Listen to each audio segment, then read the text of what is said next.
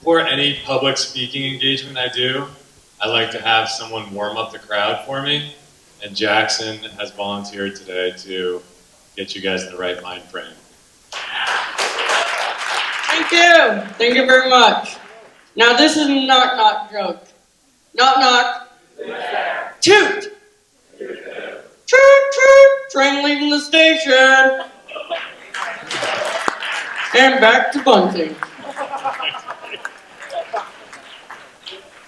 All right, well, it's a little hard to follow up Jackson, especially since it's a knock knock joke, and this is actually a story about death. So there you go. So I have two questions for you before we start this morning. The first question I have, it was inspired by my daughter Madeline, who's now in 6th grade.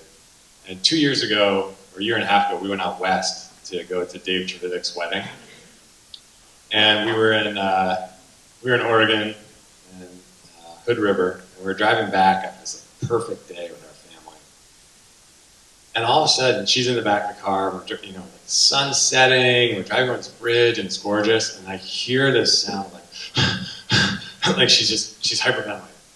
And I turn around, Maddie, what's wrong? What's wrong? And she starts crying. She can't get the words out. And she's like, Dad, I just had this feeling like, it's all so beautiful right now, and what if someday I have to die and I'm just gonna be gone and I'm not gonna be able to see you and Mom, and what's all that gonna mean?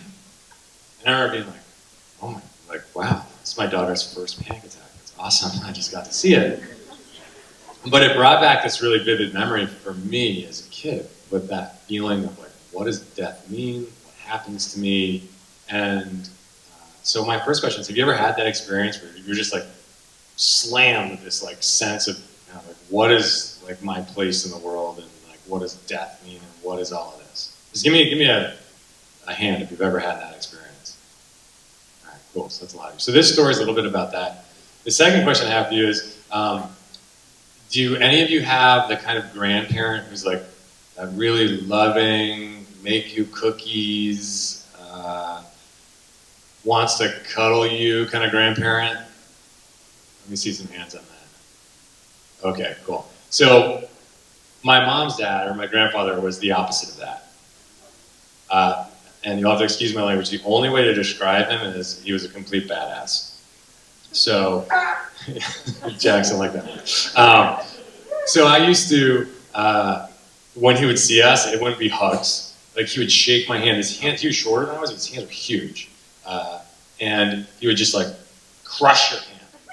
To the point where you're oh, Grandpa, stop! And he had this West Point military ring on his hand, so it would hurt, and he may or may not punch you with that hand. Not in a mean way, but in kind of a loving way, if you can punch people lovingly. So we grew up kind of revering him, both being afraid of him, but respecting him. And he's an amazing storyteller, and he kept a journal every day of his life. So he survived through World War II in Korea, and he has these amazing just accounts of what it was like for him to live through those experiences. He was a liberator of concentration camps. He had this experience where he was swimming in a pond one day, and a Nazi soldier had his gun trained on him, and the guy just decided not to shoot him and just kind of left. So he had these wild experiences. At the end of the war, when they were coming through the mountains and they were on a German bus, the brakes went out in the bus. The bus goes over the side of the mountain and crashes nose first into kind of a little copse of trees that was growing out of the side of the hill, to the point where the back of the bus was parallel with the road. And they had to climb out 2 by 2 to keep the weight evenly distributed so the bus didn't plummet 300 or 400 feet. So this is the kind of guy he was. As he aged, they had this beautiful house in New York. It just became apparent that he and my grandmother, his name was Ross, her name was Elle, couldn't, they just couldn't manage the house anymore, and they decided to come up to Vermont to be with our family. So I went down and I picked him up, and I'll never forget what it was like for him to leave New York and drive to Vermont. His only comment was, when he came across the border, was, trees, trees, all these effing trees, except he didn't say effing.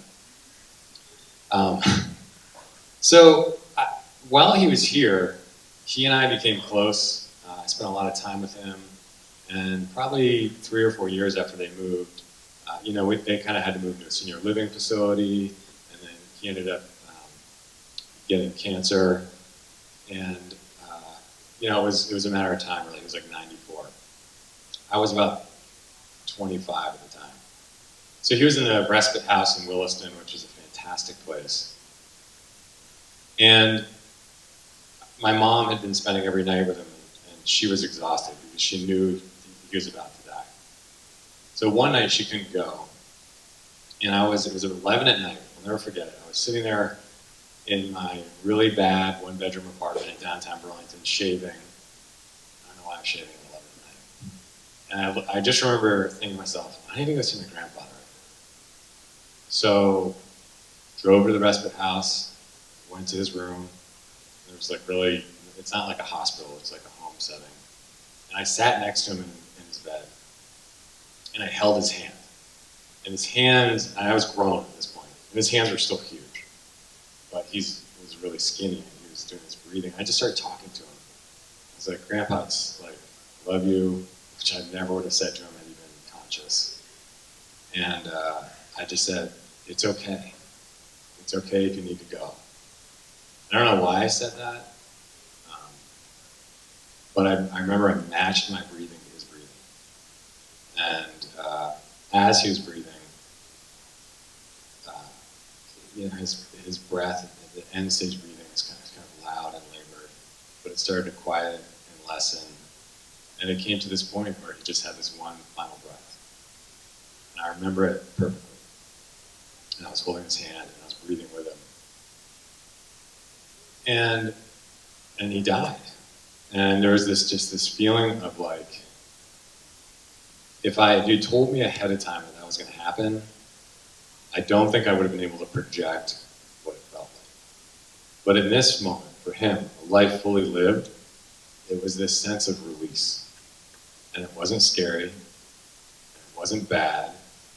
It was this feeling of, it's like the law of thermodynamics, right? It was like this energy dissipating, but not going away somewhere, becoming part of something larger, part of something whole. The big thing that we're always a part of that we don't always recognize that we're a part of, in my opinion.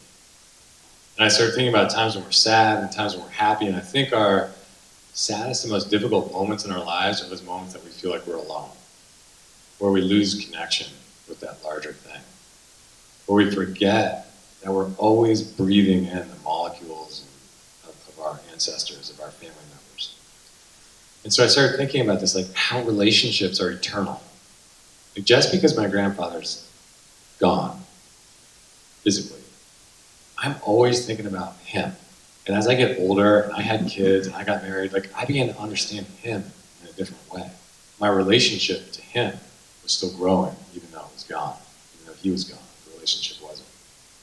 So my last evidence of that is my grandmother developed this terrible dementia at the end of her life, and she would have no idea where she was, and it was terrifying for her. And she was in the senior living facility still, where my grandfather had been with her. And he used to always yell at her when she walked down the hall and say, "Elle, gotta hold on to the banister," because he was afraid of her falling down. So one of my last memories of her before she passed away was walking down the hall, and she turns to me, she puts her hand on the banister and says, "Every time I touch this spot, I think of your grandfather." She had no recollection that that was the spot that he was always yelling at her about, but there was some deep memory within her of that love. So that's what I want to leave you with today. Thanks.